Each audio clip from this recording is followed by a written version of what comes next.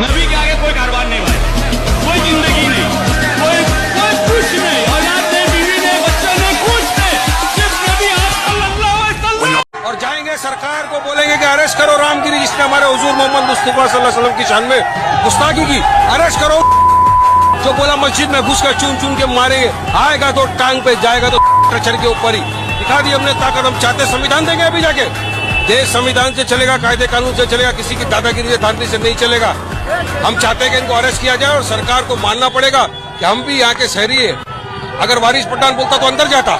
पहले आया रामगिरी, रामगिरी ने आते ही हमारे हुजूर मोहम्मद मुस्तफा सल्लल्लाहु अलैहि वसल्लम की शान में गुस्ताखी कर दी। उन्होंने अपने अल्फाज से भारतीय मुसलमान नहीं, पूरे विश्व के जितने मुसलमान हैं उनके दिलों को ठेस पहुंचा दी। हमने कहा उसके खिलाफ एफआईआर करो। अब एफआईआर तो दूर की बात है, मुख्यमंत्री जो है शिंदे साहब, वो एक मंच पे उसी दिन बैठते हैं उसके साथ और बोलते हैं कि रामगिरी का बाल भी मैं बाका नहीं होने दूंगा। तो कहां से हमको इंसाफ मिलेगा? अब ये खत्म नहीं होता तो 2-4 दिन के बाद वो दूसरा आ जाता है, छोटा वाला राणे। वो तो आके सीधा बोल देते हैं। नीतीश राणे की बात कर रहे हैं आप? हाँ, अरे उसी का छोटा नन्ना मुन्ना बच्चा, मैं उसको बोलता हूँ स्कूल बॉय, छोटी चड्डी। ज्यादा नहीं बोलूंगा वरना बात आगे चले जाएगी, टॉपिक से हटना नहीं। वो आके डायरेक्ट बोलता है कि रामगिरी के बारे में कुछ बोला, मस्जिद में घुसूंगा, चुन चुन के मारूंगा।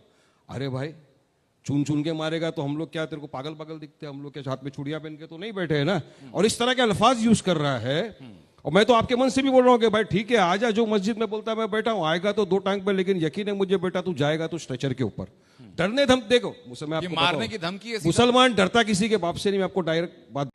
क्या रामगिरी महाराज की गिरफ्तारी हुई? क्या रामगिरी महाराज को सलाखों के अंदर डाला गया? क्या नीतीश राणा के खिलाफ कोई महाराष्ट्र पुलिस ने एक्शन ली? इसका खुलासा मैं आज करने वाला हूं, क्योंकि यह सवाल सोशल मीडिया के प्लेटफॉर्म पर गर्दिश कर रही है। क्योंकि एआईएमआईएम के पूर्व सांसद इम्तियाज जलील ने एक जनसैलाब रैली निकालकर महाराष्ट्र के सीएम को उन्होंने चुनौती दी और कहा कि रामगिरी के खिलाफ एक्शन लेनी चाहिए, रामगिरी को सलाखों के अंदर डालना चाहिए, क्योंकि उन्होंने प्रोफेट मोहम्मद सल्लल्लाहु अलैहि वसल्लम के खिलाफ गुस्ताखाना अल्फाज का इस्तेमाल किया है। वहीं पर नीतीश राणे ने मुसलमानों को धमके भरी आवाज में कहा है कि कोई भी मस्जिद के अंदर घुस करके हम एक एक शख्स को चुन चुन करके मारेंगे।